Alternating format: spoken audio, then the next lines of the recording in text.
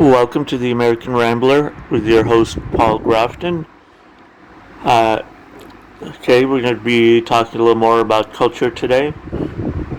Uh, Here's a little article here from August 16th from Install magazine saying, Roaching is the new dating trend that's as gross as it sounds.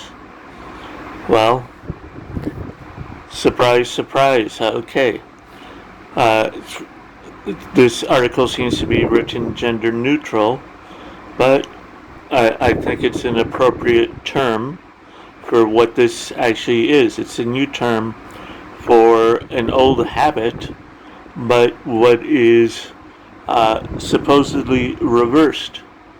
Many people don't know this, but it wasn't Hugh Hefner that cheated on his first wife. It was his first wife that cheated on Hugh Hefner, not once, not twice, but 3 times while he was serving in World War II. That's where he got the idea that the girl next door enjoyed sex just as much as the man did. Okay, so here, dating in New York City. Okay, really, any city is hard. Take it from a perpetually single 20-something at the helm of dating culture in the Big Apple in the middle of a pandemic. Some dates go well, others are awkward, and off the off chance you hit off with a date and begin seeing each other in more ways than one, if you know what I mean. There could be several other yous in the mix, meaning your new fling is sleeping around with other people that aren't you. I guess I was wrong. It wasn't gender neutral because she's writing this from her perspective. But the reality is, if you want to find out how many sexual partners that the person truly has, you multiply the girls by 3 and you divide the men by 3. And then you'll get a more accurate body count. Sounds pretty sucky, right? To make matters worse, it's common enough to have a name. Dating experts have coined the phenomenon where the word sets as gross as the concept may sound. Roaching. Yep, so your girls might be roaching on you. Yep, like the bugs. Unfortunately, in this situation, you can't just grab the raid and spray away your problems. So read on to learn how to tell if you're being roached. I'm quite sure the men know they're being roached. And if they're still in the dating game, if they either accept it or move on.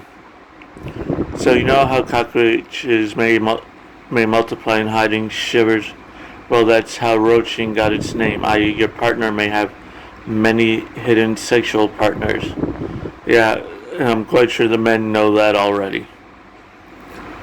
The problem is the opposite sex either admits it too freely or won't admit it at all. Roaching is a dating term coined that refers to someone that is sleeping around with many, says Susan Trombetti, matchmaker and CEO of Exclusive Matchmaking. Does anyone use a matchmaker anymore? Concerned that's a waste of money just as much as marriage to a Western woman is a waste of money. She adds that even if you're aware of one other sexual partner, you could realize that there are in fact many. The term comes from the ickiness of seeing one of these nasty little bugs, but knowing when you turn on the lights on there are lots of them, explains Trombetti. Gross. How do you know when you're being roached? The good news is you don't have to have your blinders on. There are some pretty clear indicators when you're being roached, from avoiding serious talks to keeping you at arm's length. So Trombetti broke down the telltale signs you're being roached so you can recognize the little press from miles away. I'm quite sure the men know this, but just in case, we will go over what they really are. They don't make or keep plans. Yep, so many of them know that. According to Trombetti, typically somebody who's roaching will wait for better plans to come along, say with someone else they're seeing or sleeping with. Yes, you know, quite true, because how many men have been ghosted or stood up? They aren't looking to get serious. If they're avoiding the talk, the one that determines the relationship is going, or don't talk about exclusivity at all, it probably means they're not looking to define the relationship. Yep, this is quite good with the girls. So, Trombetta says, of course, there still hopes they could fall for you, but careful not to wait too long. Yep, I remember when I was single, I finally got so sick of it, I told the girls that if you don't meet me within 1 week, don't bother contacting me, don't bother talking to me anymore, because I was realizing that they were getting their validations and their needs met through online, and they did not want to take the risk of meeting me. And then I just gave up with online dating and moved out of the country. I know the Ukraine was not my first stop. They keep you at bay. Somebody says you start to feel uneasy because it seems like they're keeping you at arm's length. Yeah, so many men know that already. That may be because of others in the picture. Gonna tell you, men are way ahead of the game on this one. While they might like you a lot, they like lots of others too. Well, it's not that they like lots of others, is that the ones that they're interested in are just not available. Okay, I know this is not shopping out of your price range. These are the women that think they deserve this princess fairy tale life. And really, do you really think the princess fairy tale life was a princess fairy tale? No. It was the king or queen that decided who you were going to marry, and then once that was done, you were under the subject of your husband. So no, you don't get a princess fairy tale. Okay? Women, I wish I knew this. I consider myself red pill since I was 18, but there were still a lot of things that I allowed myself to be manipulated into. So I finally had enough. Even if it seems like more than a hookup or a friends with benefits situation. If the relationship is moving forward, then somebody guesses they're avoiding getting serious.